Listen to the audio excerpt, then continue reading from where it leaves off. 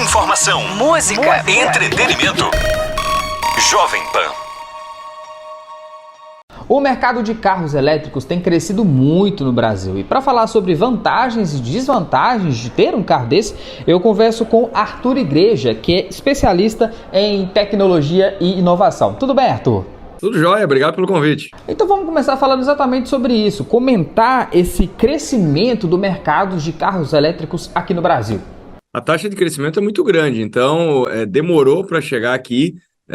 Nós já tínhamos um crescimento bem importante na Europa, nos Estados Unidos, principalmente na Ásia, e aí o que acontece é que nós vimos uma mudança drástica nos últimos 3 anos. Então, o que começou a acontecer é que basicamente tudo que tinha de frota até o ano anterior começou a vender no ano seguinte. Então, é um mercado que cresce a mais de 100% ao ano, é um crescimento incrível.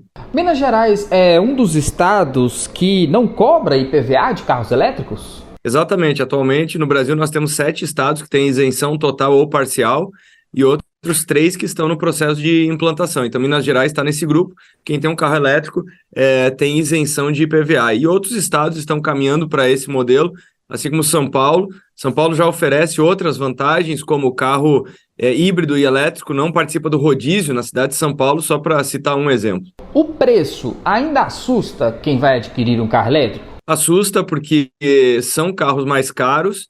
Agora, uma coisa que é muito importante, que é uma coisa que, por exemplo, nos Estados Unidos, o americano já percebeu isso, e em vários países da Europa também, deixando de lado a parte ambiental e pensando só na parte do gasto, tem um conceito chamado Total Ownership Cost. O que isso quer dizer em português? É o custo total de você ter uma posse. Então, o que acontece? O carro elétrico ele é mais caro para ser comprado, só que, na outra ponta, o que acontece?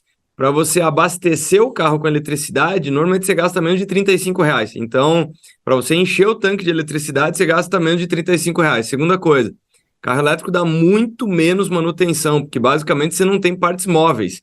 Então, não tem coisa para ter desgaste, você não tem caixa de câmbio, você não tem nada, você não tem troca de óleo, você não tem atrito entre as partes. Então, a manutenção do carro elétrico é bem mais barata. E além disso, já falamos aqui do IPVA. Então, o que acontece? Dependendo do quanto a pessoa roda e dependendo do período que ela tiver o carro elétrico, considerando todas essas outras variáveis, em muitos casos, ele é mais barato do que o carro a combustão. Em relação ao meio ambiente, os carros elétricos se sobressaem em relação aos carros convencionais? Super importante falar sobre isso, porque o que acontece é o seguinte, o carro elétrico ele é muito novo, então as pessoas ainda estão se informando, elas estão aprendendo, tem muita informação completamente distorcida na internet. Então, recentemente saiu, por exemplo, as pessoas falam, mas não adianta nada ter o carro elétrico, que a energia que é gerada ela pode ser suja. Isso é verdade para países que, por exemplo, têm como fonte primária para gerar eletricidade carvão. Não é o caso do Brasil. O Brasil tem uma das matrizes mais limpas do mundo. Então, o carro elétrico, para você carregar ele no Brasil, você está usando energia do quê? Energia fotovoltaica, ou seja, do sol, energia dos ventos, que é a eólica, e energia hídrica, das hidroelétricas. Então, essa parte não é verdade. Segunda coisa, as pessoas falam, mas a bateria gera uma poluição danada. Hoje, os fabricantes já conseguem recuperar as baterias, conseguem reciclar elas. Resumo da história. Para fabricar o carro, fica muito parecido com o carro a combustão. Só que aí, na hora de rodar o carro a combustão, a cada quilômetro que ele está rodando, ele está emitindo fumaça, ele está emitindo dióxido de carbono. Carro elétrico não. E aí, para você descomissionar, ou seja, o carro chegou no final da vida útil. Carro elétrico tem que ter a bateria reciclada. O carro a combustão também, ele não é biodegradável, então ele também precisa ser desmontado, as peças precisam ser aproveitadas. Quando você coloca isso na balança, o carro elétrico é incomparavelmente menos poluidor do que o carro a combustão. Então, tem muita gente que fala, mas carro abastecido a etanol, carro híbrido e tal, não dá para comparar, o número é 3 vezes menor. Você falou aí sobre postos de recarga. Aqui em Patinga, por exemplo, se você olhar no Google, são indicados 3 locais de recarga. Você acha que à medida que essa demanda for crescendo, os números de postos também vão aumentar? Acho que tem 3 pontos importantes. Aqui, a primeira coisa é o seguinte, tem que lembrar que muitas pessoas que têm carro elétrico ou híbrido, elas acabam tendo carregador em casa. Então, elas muitas vezes não utilizam os carregadores públicos, porque como os carros estão tendo já uma autonomia considerável, a pessoa consegue carregar em casa e ela não precisa desses pontos. A segunda coisa é o seguinte, sim, vai aumentar. O Brasil é um dos países que... É engraçado falar isso, mas o Brasil tem uma boa relação entre carregadores e carros. Ou seja, como ainda tem pouco carro, tem pouco carregador. Mas o ritmo está crescendo junto com a venda dos carros. E o terceiro ponto que eu só queria chamar a atenção é o seguinte, se tem pouco, o nome disso é oportunidade. Então, o varejo, os shoppings, até mesmo os postos de gasolina para poder fidelizar esse cliente, por exemplo, a pessoa tem um carro híbrido, ela pode ir lá abastecer de gasolina e também pode fazer a carga do seu carro elétrico. Então, me chama a atenção que tem tão pouco, porque, por exemplo, um restaurante, uma padaria, poderia ter para fazer o quê? Para chamar o cliente para ir até lá. Exatamente isso. Qualquer lugar pode ser um posto de recarga, né? Exatamente, você não tem que ter tanque enterrado no chão, você não tem que ter licença para ser um posto de gasolina, ou seja, se eu tivesse um varejo, se eu tivesse uma loja, é a primeira coisa que eu colocaria, o custo não é alto, e a outra coisa importante é o seguinte, qual o cliente que você vai atrair? Você vai atrair justamente o cliente que acabou gastando mais, investindo mais, então provavelmente ele tem um poder aquisitivo mais alto também. Vamos falar um pouquinho sobre a média aí de autonomia dos carros elétricos. Olha, hoje os carros eles estão entre 300, os puramente elétricos, entre 300 e 400 quilômetros. Muita gente acha que é muito pouco, o que é verdade para fazer viagens longas, que pode ser que você chegue num lugar e ou não tem onde carregar, ou simplesmente quando você chegar lá vai ter uma fila de gente carregando.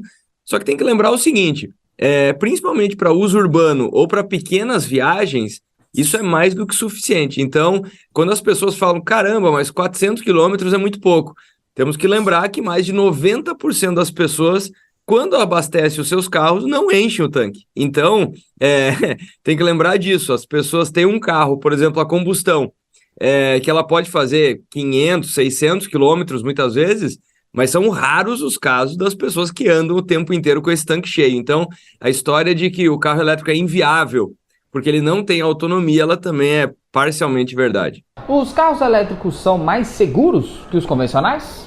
Exatamente. Em Belo Horizonte, certamente você vai encontrar pontos de recarga, então é até por isso que até os fabricantes eles estão investindo, no caso da Volvo, que está instalando muitos carregadores no Brasil, e todos os carros eles têm tecnologia para te indicar onde carregar, onde que o lugar está livre e tudo mais. Ou seja, carro elétrico hoje, a verdade ele demanda um pouco mais de planejamento para fazer viagens, mas no mais funciona super bem. Uma briga de motor agora. Os carros elétricos são mais rápidos que os convencionais? Ele não é necessariamente mais rápido, mas ele tem mais torque. Então, o que acontece é que o motor a combustão, ele demora para reagir. Então, se você comparar o torque do motor elétrico ele é instantâneo. Então, se você comparar os números, são assustadores. Os carros elétricos hoje, alguns modelos têm performance, e eu estou falando não de carros esportivos, carros razoavelmente normais. Eles têm uma performance que supera super carros esportivos de 5 anos atrás. Então, nós temos esse torque elétrico, por isso que o 0 a 100 dos carros elétricos é insuperável, é muito rápido. Agora, a velocidade final não é necessariamente mais alta, por quê? Porque o carro elétrico, se você andar muito rápido com ele, você vai drenar a bateria muito rapidamente. Então, o que acontece é que os fabricantes acabam dosando isso para que você tenha mais autonomia. O silêncio nesse tipo de carro, a gente sabe que o carro elétrico é silencioso. Esse silêncio esqueci, vantagem ou desvantagem? A gente sabe que o carro elétrico é mais silencioso, muito mais silencioso aí que o carro convencional. Esse silêncio é vantagem ou desvantagem, na sua opinião?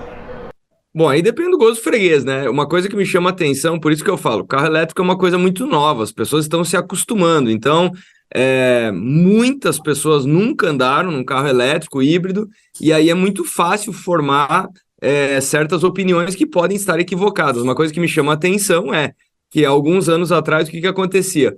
A pessoa andava num carro importado, andava num carro mais caro, e a pessoa falava, caramba, que carro silencioso. E agora com os carros elétricos tem muita gente falando, mas esse carro não faz barulho. Então, é uma coisa um pouco estranha, né? Então, depende do gosto do freguês, e até por isso que tem fabricantes que chegam a colocar um barulho opcional caso a pessoa queira, né? Para também não ficar com só aquele barulho do pneu fazendo a rodagem, mas aí depende. O que acontece é que as fabricantes estão investindo muito em sistemas de som também, ou seja, é um carro silencioso, a pessoa consegue curtir aí sua música, escutar seus podcasts, escutar essa nossa entrevista com mais silêncio também. Então, depende do gosto da pessoa. Para a gente encerrar, Arthur, na sua opinião, o Brasil está na contramão do mundo em relação a incentivos para as pessoas adquirirem carros elétricos? Considerando o quanto que a nossa carga tributária é pesada, o quanto as coisas são caras, eu entendo que não, porque o que acontece é que nós temos vários países que hoje já tem uma frota considerável, que já não precisam desses incentivos, mas isso levou tempo. Então, eu acredito que nós estamos numa fase muito inicial dessa eletrificação do transporte. Estamos vendo cada vez mais montadoras, mais opções de modelos, preços cada vez mais agressivos, e o mercado está aumentando muito, justamente por quê? Porque as pessoas estão encontrando modelos que já não são proibitivamente caros. As pessoas estão, de repente, fazendo um test drive, conhecendo o carro de alguma amiga, de algum amigo, estão vendo que podem ter certas vantagens. Então, ainda como é um mercado que está nascendo, é interessante ver esse tipo de incentivo, sem levar em conta, sem mencionar também os objetivos de redução de carbonização, enfim. Então, eu entendo que não. Mas entendo também que no médio prazo isso nem será necessário, porque afinal de contas, toda vez que você tem uma desoneração, você tem um certo impacto tributário, mas lembrando que o país, a última coisa que nós precisamos é de mais carga tributária. Arthur, queria te agradecer por essa entrevista, por ter batido esse papo com a gente, para esclarecer aí para as pessoas sobre os carros elétricos, esse movimento aí que vem crescendo no Brasil e no mundo, né? Maravilha, obrigado e até a próxima. Isso aí, eu conversei com Arthur Igreja, que é especialista em tecnologia e inovação, falando sobre carros elétricos. Repórter Felipe Machado.